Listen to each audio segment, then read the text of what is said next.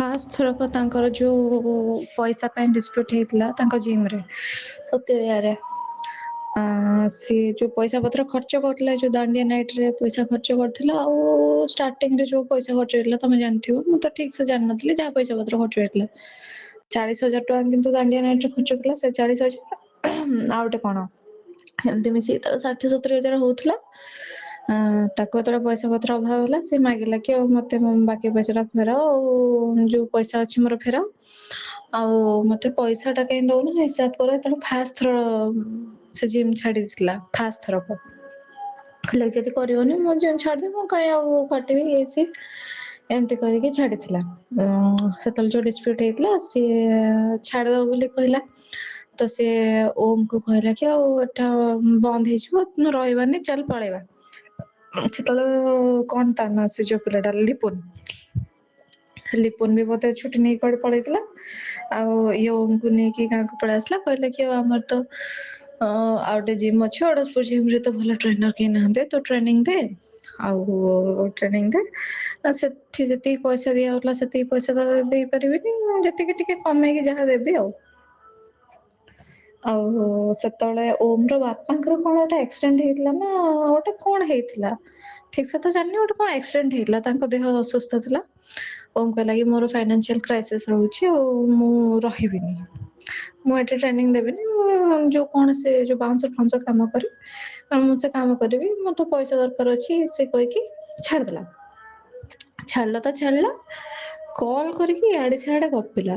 ମାନେ ଯେତିକି ମତେ ବୁବୁ କହିଥିଲା ମୋର ଯାହା ମନେ ପଡୁଛି କି ସେ ଗାଁରେ ଆଉ ସେ ସତ୍ୟଭାର ପିଲାଙ୍କୁ ବି ସବୁ କଲ୍ କରି କଣ କହିଲା ଆଉ ଜିମ୍ ବନ୍ଦ ହେଇଯିବ ଏଇଟା ସେଇଟା। ତ ଯୋଉ ପିଲାମାନେ ସବୁ ପଇସା ଦେଇଥିଲେ ସମସ୍ତେ ଜାଣିଥିଲେ ନା ଓନର ହଉଛି ବୁବୁ। ତ ଆକୁ କଲ୍ କରିକି ମାନେ ଆ ସହିତ ଟିକେ ବଚସା କଲେ ଆଉ କେମିତି ଜିମ୍ ବନ୍ଦ କରିଦବ ଏଇଟା ସେଇଟା ପଇସା ଦେଇଛୁ ଫ୍ରଡ କରିଦେଲ ଇଏ କରିଦେଲ। ତ ଇଏ ସେଠୁ ନ ଚାହିଁକି ବି ସବୁ ଡିସକ୍ଲୋଜ କରିବାକୁ ବାଧ୍ୟ ହେଲା। କହିଲା ମୁଁ ଫୁଲି ଓନର ନୁହଁ ମୁଁ ଏତିକି ପରସେଣ୍ଟ ପାର୍ଟନର। ଆଉ ସେ ବିଷୟରେ ତମେ ସେଠି ତାଙ୍କର ଯିଏ ବିଲ୍ଡିଂ ରେ ଯାଇ କଥା ହବ ସେମାନେ ଯଦି ଜିମ୍ ଚଲେଇବେ ଚଲେଇବେ ମୁଁ ରହିବିନି ଏମିତି କଥା। ତାପରେ ଯେତେବେଳେ ପଚାରିଲେ ଏ କଥା ତ କିଏ କହିଲେ ନା ଓମ୍ ସାର୍ କହିଲେ ପିଲାମାନେ କହିଲେ। ତ ଏକରେ ତ ତା ଖରାପ ଟାଇମ ରେ ତାକୁ ଛାଡିକି ପଳେଇଲା। ଯେତେବେଳେ ତାକୁ ଗୋଟେ କିଏ ଦରକାର ଥିଲା ସେତେବେଳେ ଛାଡିକି ପଳେଇଲା। ତାପରେ ଗଲା ତ ଗଲା ଆ ବିଷୟରେ ଗପିଲା ତାର ଟିକେ ରାଗ ହେଇଗଲା।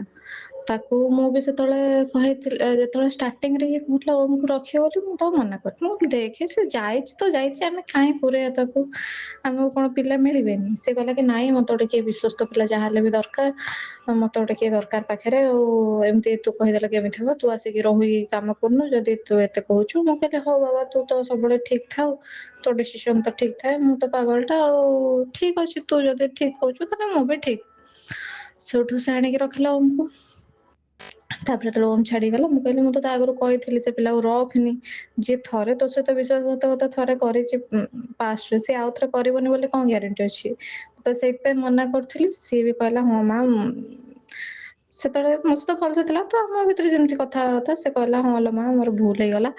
ତମ ଗୋଡ ଧରୁଛି ଆଉ ଦୟାକରି କଥା ଉଠାଅନି ହଉ ଆଉ ତାକୁ ଆଣିକି କେବେ ରଖିବିନି ଏମିତି କହିଲା। ସେଠୁ ତେବେଠୁ ତାର ମୋର ମାନେ ଓମ୍ ବିଷୟରେ କେବେ କଥା ହେଇନୁ।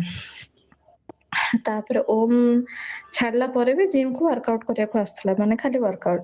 ସେଠୁ ସେଟା ବୁବୁକୁ ସହି ହେଲାନି କହିଲା ତୁ ତ ମୋର ଏତେ ମାନେ ଓମ୍ କୁ ବୁବୁ ଡାଇରେକ୍ଟ କିଛି କହିନି। ମତେ କହିଲା କି ମାମା ଓମ୍ କୁ ଟିକେ ମେସେଜ କରିଦଉ ଟିକେ ଇଂଲିଶରେ ଭଲସେ କହିକି କି ଆଉ ସିଏ ଆସିବନି ଜିମ୍ କୁ ୱାର୍କ ଆଉଟ କରିବାକୁ ବି ଆସିବନି ଏଇଟା କରିବାକୁ ଆସିବନି। ଆଉ ସେ ତ ଗଲା ଆଉ ପୁଣି ମୋ ଜିମ୍ ରେ କାହିଁ ୱାର୍କ ଆଉଟ କରିବ ସେ ଯାଉ ତାର ଯୋଉଠି ୱାର୍କ ଆଉଟ କରିବା କଥା କରୁ।